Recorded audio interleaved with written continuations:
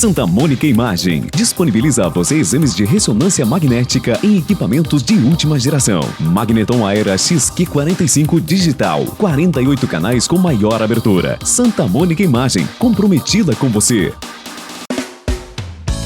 Você faz parte do Clube Master? Tenha descontos exclusivos em produtos selecionados. Baixe o aplicativo e veja como é fácil economizar. Vem pro Clube Master. Tá no Master, tá em casa. Somos vizinhos, conterrâneos, profissionais de saúde. Aqui tem gente. Aqui tem vida. Aqui tem Unimed.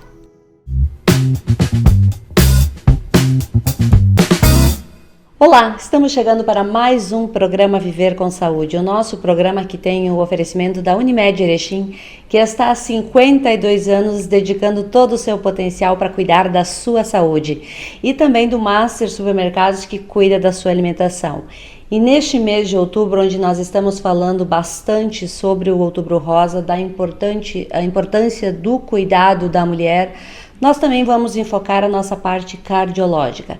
Nós estamos aqui no Centro Clínico do Hospital de Caridade, nós vamos conversar com a doutora Laura Petri, que é cardiologista, e a gente vai conversar um pouquinho sobre este assunto e a importância de se cuidar para que a gente tenha qualidade de vida.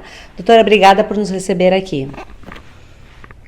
Bom dia a todos, bom dia Sandra, obrigada por mais uma oportunidade de estar aqui conversando com vocês sobre um assunto extremamente importante, que é a saúde cardiovascular da mulher. Nesse mês que é um mês importante, o Outubro Rosa, que foca na questão do câncer de mama, a gente aproveita esse mês tão importante, tão significativo, para focar também em outras patologias que afetam as mulheres e que são tão importantes ou mais do que a relação do câncer de mama. O câncer de mama é sem dúvida um câncer de extrema importância e que também tem uma relação com a questão do coração, já que os quimioterápicos do câncer de mama provocam uma situação que se chama insuficiência cardíaca, relacionada à quimioterapia e que pode provocar distúrbios no coração tão graves que muitas vezes as pacientes precisam de um acompanhamento cardiológico para o resto da vida. Não só por isso, também a doença cardiovascular, mesmo sem o câncer de mama, ainda é a principal causa de morte em mulheres no mundo inteiro, e no Brasil não é diferente. Sendo assim, a doença cardiovascular hoje precisa ser mais focada, a gente precisa de mais medidas públicas para divulgar a prevenção dos fatores de risco para que essas doenças não acometam tantas mulheres ao longo da vida, já que no Brasil, assim como no resto do mundo, a população, graças a Deus, está conseguindo envelhecer com melhor qualidade de vida. Pois é, quando a gente fala da saúde da mulher, quais são os principais fatores de risco que levam uma mulher a ter um problema cardiológico? As doenças do coração são múltiplas. Envolvem válvulas, miocardites, mas a principal é a doença isquêmica do coração, né? Que é aquela que deposita plaquinhas de gordura ao longo da vida e que num determinado momento essas plaquinhas de gordura vão obstruir os vasos do coração, provocando a angina, o infarto e, se for, por exemplo, no cérebro, o AVC, que são as doenças cerebrovasculares, né? O mecanismo da doença cardíaca e da doença cerebral é exatamente igual, deposição de placas de gordura. Então, como é que a gente pode fazer para que isso seja evitado, né? Essa deposição acontece desde a infância. Então, é importantíssimo que desde os nossos filhos a gente já acostume com hábitos saudáveis de vida. Uma alimentação rica em frutas, verduras, legumes, carnes magras, arroz e feijão, e evitar tudo que é feito, que é industrializado, embutidos, refrigerantes, frituras, lanches. Claro que, eventualmente, numa festinha, no final de semana, numa reunião de família, que também é importante, né? Para nossa relação, convívio entre as pessoas, ok, né? Tudo bem, sair um pouquinho da dieta e fazer um churrasquinho com a família, isso não vai te causar problemas no futuro. Porém, a rotina da família deve ser uma rotina saudável. E começa por aqui, tá? Pela dieta e pelo estímulo das crianças, dos jovens, dos adolescentes, dos adultos e dos idosos a fazer atividade física, né? E a alimentação e atividade física é o basal dessa prevenção da saúde cardiovascular da mulher, tá? Tudo começa por aqui. Claro, também temos a questão do cigarro, né? Que o cigarro aumenta, potencializa, acelera esse processo de aterosclerose. Então, fumar não é uma boa alternativa. Tabagismo é um fator de risco. O diabetes é um fator de risco. E a obesidade é um fator de risco. Então, esses fatores juntos, somados à hipertensão, fazem com que a doença cardiovascular seja extremamente prevalente em mulheres e homens, né? E a partir da menopausa, em virtude da questão hormonal, as mulheres acabam tendo também, em virtude dessa alteração hormonal, um aumento da incidência de doença cardiovascular. Então, essa questão da atividade física, da alimentação saudável, não fumar, controlar os níveis de pressão se tiver pressão alta, controlar os níveis de açúcar se tiver diabetes, fazer as avaliações anuais com o seu cardiologista, evita sim, previne sim o fato de depois, na questão da menopausa, dos hormônios, que a mulher tenha algum problema cardíaco. Então, o que eu posso afirmar e deixar claro é que os fatores de risco cardiovasculares são múltiplos, mas muitos deles são autodependentes, né? Se nós fazermos atividade física, nós fazermos dieta, nós cuidarmos da nossa saúde na questão de pressão, de açúcar, de colesterol, não fumar, não beber, as doenças cardiovasculares diminuem de forma significativa de incidência. Aí você vai me perguntar de repente se, mas eu tenho familiares com doença cardíaca.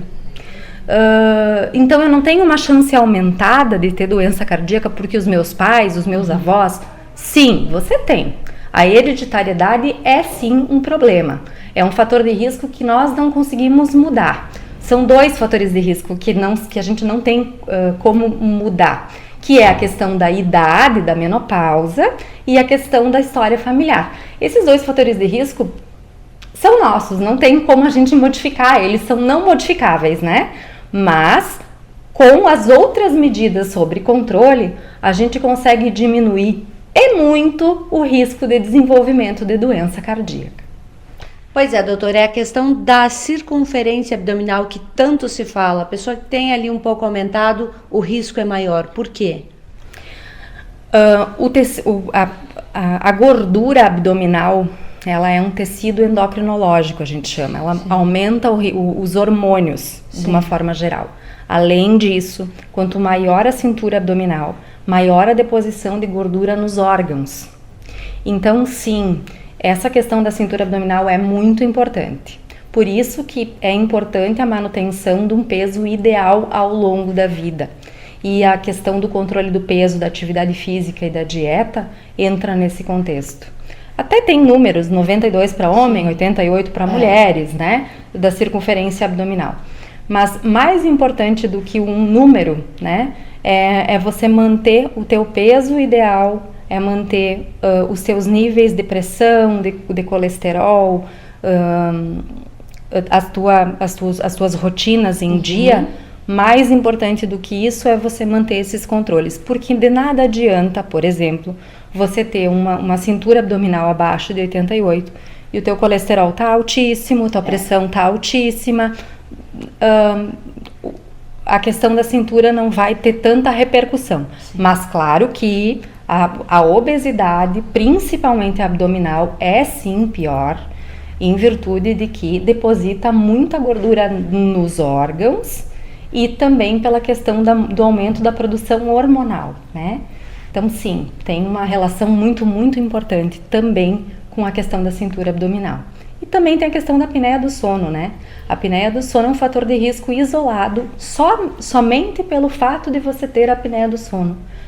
Você já tem um risco aumentado de ter doença cardiovascular, mesmo que você não tenha nenhum outro fator de risco.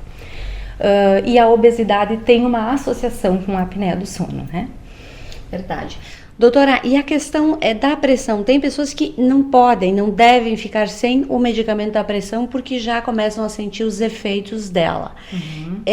Parar de tomar uma medicação prescrita pelo médico, nesses casos, pode de repente dar uma parada cardíaca na pessoa? Os pacientes que são hipertensos graves, se pararem a medicação por conta própria, sim, com os picos muito altos de pressão alta, eles podem ter uma série de eventos, tá?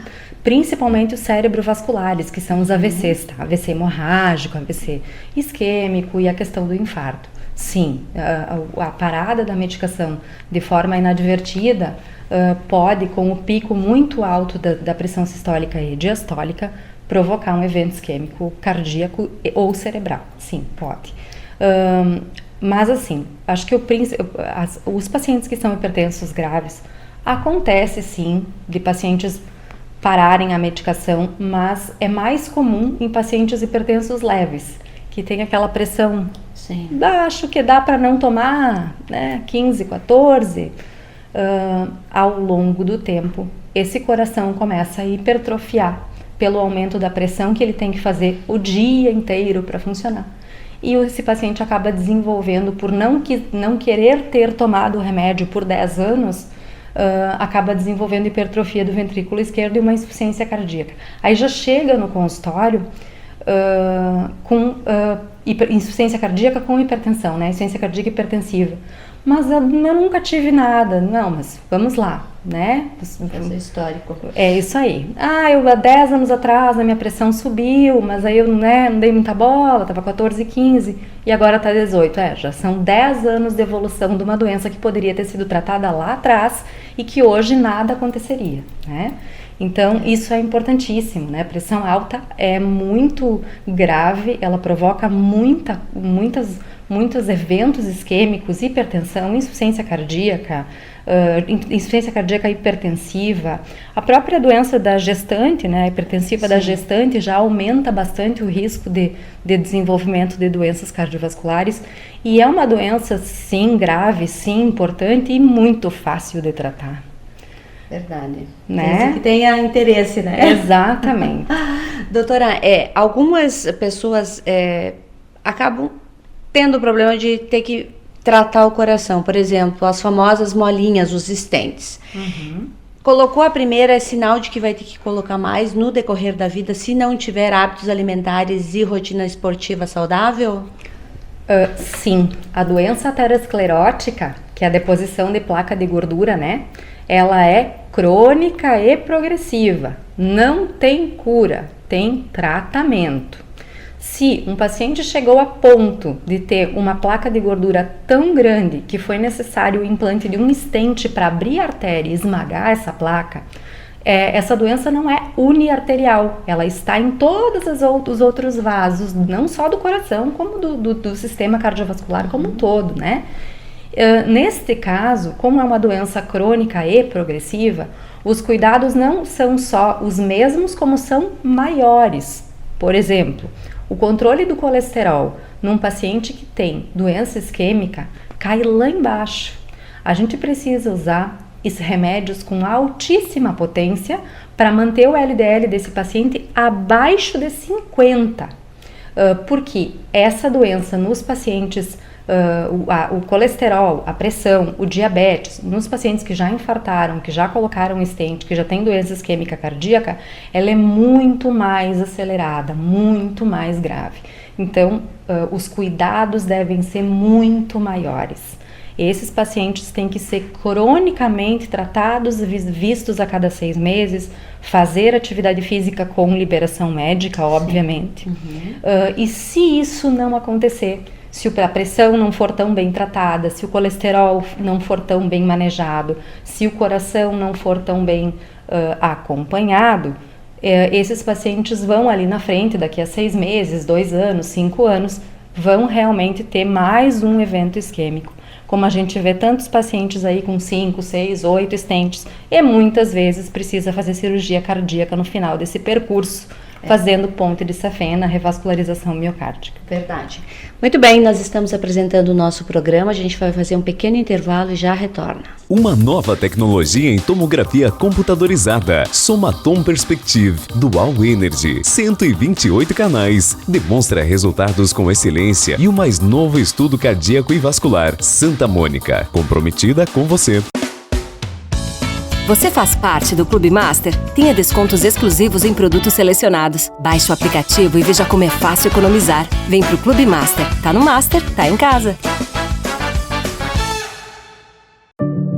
Quantas vezes você ficou frente a frente com você mesmo? Desse jeito, no espelho, olhando dentro dos seus próprios olhos. Se perguntando por que ainda não deu o primeiro passo para uma vida melhor, para um mundo melhor. Por que você ainda não enfrentou aquele medo que nem o seu reflexo conhece? Já pensou na rotina que deseja tanto mudar? Já se propôs a enfrentar seus desafios em voz alta? Já se encheu de coragem para tomar uma decisão como se estivesse incentivando alguém muito importante para você? Mudar um hábito é criar consciência e é o melhor conselho que você pode se dar. É o momento de pegar na sua própria mão e falar: vem comigo. Busque uma versão ainda melhor de si mesmo. Vamos juntos? Mude um hábito. Unimed.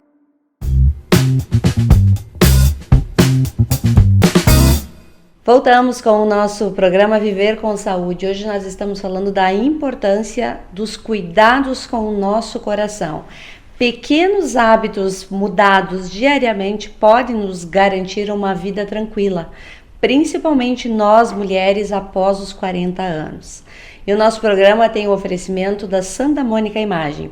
E a Santa Mônica Imagem está trazendo para Erechim, aliás, o equipamento já está em Erechim, uma tomografia de 3 Tesla, que vai trabalhar com a inteligência artificial. Então, na hora de você fazer os seus exames, ela vai dar muito mais clareza na interpretação do resultado. E também do Instituto de Olhos Santa Luzia, que cuida da sua visão há 23 anos. Nós estamos aqui no consultório da doutora Laura Petri, falando sobre o nosso coração, esse órgão tão bonito e tão fundamental para o nosso corpo, né? A gente não consegue ter qualidade de vida se não tiver um coração forte, saudável, porque até no caminhar ele pode não nos permitir que a gente faça uma caminhada mais extensiva, porque ele pode dar alguns resultados se não tiver bem cuidado. Então, Sandra, esse ponto da caminhada foi um ponto extremamente importante. Porque as mulheres, elas têm sintomas um pouco diferentes em relação à angina. A angina típica, que é aquela que a gente aprende, que a gente vê nos livros, que é aquela dor no peito, que passa para o braço, que pega no pescoço.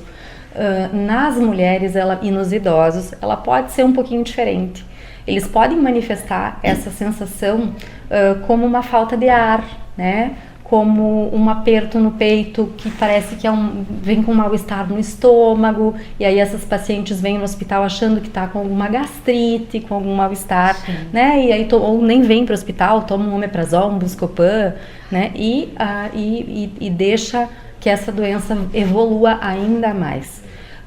Quando uma paciente me diz, por exemplo, que começou a ficar se sentindo mais cansada, que não se sentia tão cansada antes, e que fazia um nível de atividade física muito grande, e que nos últimos 2 semanas, um mês, né, começou a se sentir muito ofegante para fazer aquela mesma atividade física que há um mês atrás não tinha nenhum problema para fazer. Opa, né? Algo de errado está acontecendo aqui. E realmente aí a gente vai investigar os fatores de risco dessa paciente, vamos ver como é que está a pressão, como é que está o colesterol, como está o diabetes, fazer alguns testes, porque a probabilidade dela ter realmente algum evento isquêmico aí em andamento é muito grande.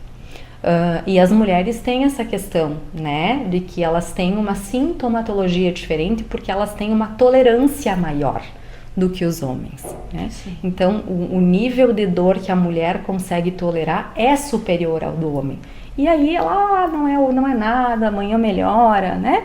E daqui a pouco acaba vindo para o hospital numa situação de uma extrema gravidade, e que a gente tem mais dificuldade para resolver, para solucionar.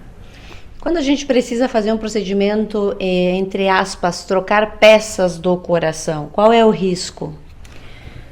Existe uma outra doença que não é a cardiopatia isquêmica, que são as valvulopatias, tá? Eu não vou falar aqui sobre doenças congênitas, porque daí acometem crianças, sim, enfim. Mas as valvulopatias, principalmente as reumáticas, né? Que crianças ou adolescentes que tiveram febre reumática acabam fazendo um endurecimento das válvulas do coração. E essa válvula que abre e fecha para o sangue passar, acaba não conseguindo abrir tanto, em virtude dessa calcificação, né? Neste caso, se essa estenose fica muito grave, isso também acontece nos idosos, essa mesma calcificação, pelo processo natural de envelhecimento, tá?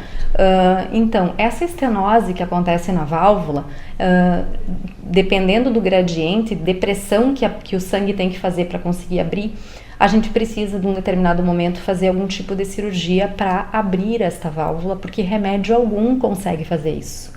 É um problema mecânico valvular. A gente não tem um remédio que abra a válvula. Isso não existe. Sim. Então, a gente consegue, algumas vezes, com plastia da válvula mitral, que é fazer uma plastia, tirar uma partezinha da válvula e fazer com que ela fique mais fácil para abrir e fechar. Sim. Outras vezes, é necessário trocar essa válvula. E aí a gente tem as trocas por próteses biológicas e por próteses mecânicas, né? Que depende de cada caso, depende a decisão entre uma prótese biológica e uma prótese mecânica. A gente tem que avaliar a idade do paciente, a atividade física, enfim, é uma série de fatores que a gente precisa definir para ver qual é a melhor prótese para ele, né? Isso não é uma receita de bolo, isso é individualizado. Mas, de qualquer forma, essa cirurgia é uma cirurgia relativamente comum, a gente faz com uma certa frequência. Sim. Toda cirurgia cardíaca é uma cirurgia de risco, porque é uma cirurgia enorme. Claro que as cirurgias cardíacas por ponte de safena, por transplante cardíaco, enfim, são maiores, o tempo de duração da cirurgia é maior. Sim. E sempre quanto maior o tempo de cirurgia, maior o risco. Essas cirurgias valvulares são cirurgias mais curtas. Então, elas têm, dentre as cirurgias cardíacas, as cirurgias de válvula têm um risco menor. Porém, toda cirurgia no coração é uma cirurgia de risco. E aproveitando esse gancho, este mês a gente também está falando muito aí sobre a questão da doação de órgãos. Por que o coração ainda é um órgão que ele precisa ser olhado diferente na hora de fazer um transplante de coração? O paciente que vai fazer um transplante de coração, ele é um paciente que tem que estar apenas com doença cardíaca. Não necessariamente, sim, né? Por exemplo, um paciente jovem que fez uma miocardite, que é uma infecção, né, do músculo cardíaco, ou então uma miocardiopatia periparto, que é uma miocardiopatia que acontece durante a gestação, e o coração acaba desenvolvendo uma insuficiência cardíaca extremamente grave. Então, são pacientes jovens, saudáveis, com rim bom, o fígado é bom, não tem diabetes, não tem outras doenças mais graves, né? Nesses pacientes, esses pacientes são o perfil ideal para fazer o transplante cardíaco. Porque o transplante cardíaco não é tão simples. A gente tem que decidir qual é o melhor coração, tem que ser um perfil semelhante de peso entre os pacientes, não é qualquer coração em qualquer pessoa. E além disso, depois do transplante, existe mais um longo caminho, né? Porque o transplante é um órgão que não é teu. Então, a gente tem que fazer o uso de medicações quimioterápicas para tolerar esse órgão diferente. Sim. E aí, um paciente jovem e saudável em uso de uma medicação imunossupressora para tolerar um coração que não era dele, é muito mais fácil do que um paciente que já tem um monte de fatores de risco, né? E provavelmente esse paciente que tem um monte de fatores de risco, que tem já doença no pulmão, doença no fígado, doença no rim, esse paciente não tolera a imunoterapia. Sim. E aí esse transplante acaba tendo uma duração muito curta de tempo. Então, realmente, o transplante é a nossa última opção. Mas, graças a Deus, hoje, com a evolução dos estudos da cardiologia, cada vez mais, a gente tem medicações maravilhosas para tratamento de muitas doenças cardíacas que nos fazem com que o transplante fique realmente lá no fundo das opções. Porque nós temos tantos remédios, procedimentos cirúrgicos, procedimentos por catéter, que nos levam a um caminho muito longo até chegar ao transplante, e isso é ótimo, porque nesses casos desses pacientes que são que têm muitas doenças associadas, a gente consegue tratar com remédios e reverter muitas vezes um coração que estava extremamente doente por uma situação muito próxima do normal. Claro que com medicações para o resto da vida, mas a gente consegue recuperar a qualidade de vida desses pacientes. Isso é fantástico, né, Sandra? Verdade, é mágico isso. E falando um pouquinho ainda da questão do coração, a caixa torácica da mulher e do homem, ela tem diferença. Então, o órgão, correto isso, né? Sim. O coração doado de uma mulher, ele pode ser implantado no homem? Como é que se faz essa medição para, de repente, poder usar esse órgão numa fila de espera? A questão do transplante é uma questão muito específica, tá? Mas assim, sim, é feita uma análise de composição corporal e também de compatibilidade. Certo. Mas em relação a ser homem ou ser mulher, uma mulher poderia doar por um homem? Sim, poderia. A questão é perfil, né? Em relação à caixa torácica, é diferente o perfil da mulher e do homem, mas em relação ao coração, não vai mudar, não vai ter grandes diferenças, porque o coração do homem e da mulher morfologicamente é igual. Certo. O que muda é a questão que a mulher tem a questão hormonal, a mulher tem o fator dos ovários policísticos que pode influenciar nos hormônios, a mulher faz uso de terapia de reposição hormonal, essas questões que diferem um pouco na mulher. Sim. E na mulher que após menopausa, com uma certa idade, como ela tem essa questão da tolerância à dor, muda também um pouco o perfil de sintomatologia. E tem algumas outras patologias cardíacas que são específicas na mulher, que é, por exemplo, a miocardiopatia periparto, a dissecção espontânea de coronária depois do parto, enfim. Então, realmente, sim, existem diferenças neste sentido, mas morfologicamente o coração da mulher e do homem é igual. Para a gente fechar nossa entrevista, a questão do estresse, dessa vida acelerada que a gente vive, essa preocupação em querer fazer tudo junto no mesmo instante, tem aumentado os problemas cardíacos, de doença cardíaca, tanto em homem como em mulher? E muito. Tanto que, logo que eu me formei, há uns anos atrás, não se falava sobre espiritualidade e coração. Hoje, nos congressos, isso é uma realidade. Todos os nossos congressos têm uma sala sobre espiritualidade e coração. Porque as mulheres normalmente são, não só as mulheres, né, os homens também, estão num processo muito acelerado, muito estressante, dorme mal, come rápido, enfim, é aquela questão de multi-atividades, né? E nessa questão do estresse excessivo, e a mulher, o homem também, mas a mulher tende a ser mais estressada, porque a mulher tem aquela questão de querer controlar a casa, querer controlar o trabalho, querer controlar os filhos, tentar fazer a parte, né, própria, né, enfim, e acaba que não consegue dar conta de tudo, porque ninguém consegue, né? Uma semana a gente vai priorizar isso, na outra semana a gente vai priorizar aquilo, porque não há como priorizar tudo o tempo todo. E isso estressa, né? Isso nos deixa ansiosas e estressadas, e sim, o estresse aumenta a carga de adrenalina e fisiologicamente isso aumenta a pressão, O estresse faz com que deposite com mais facilidade as placas de gordura, porque faz disfunção endotelial, e isso aumenta o risco cardíaco. Então, sim, o estresse é um problema grande, tão grande que chegou agora a fazer temas, a participar de discussões em congressos, né? Então, o que pode ser feito para diminuir isso? Isso é complicado, né? Mas, claro, existem medicações, existe a questão da atividade física, que reduz o estresse, a questão da espiritualidade, de acreditar em alguma coisa, sim, de ter uma religião, de ter enfim, né, ter um apego que faça com que você consiga se sentir mais segura, mais tranquila, mais protegida. Ter uma vida, uma rotina é algo também fundamental, não só para a criança, mas também para os adultos, né? Então você ter uma rotina te alivia aquela carga de estresse, porque você sabe que naquele horário vai ser isso e naquele outro vai ser aquilo, e o teu dia vai andar de acordo com a rotina que você estabeleceu.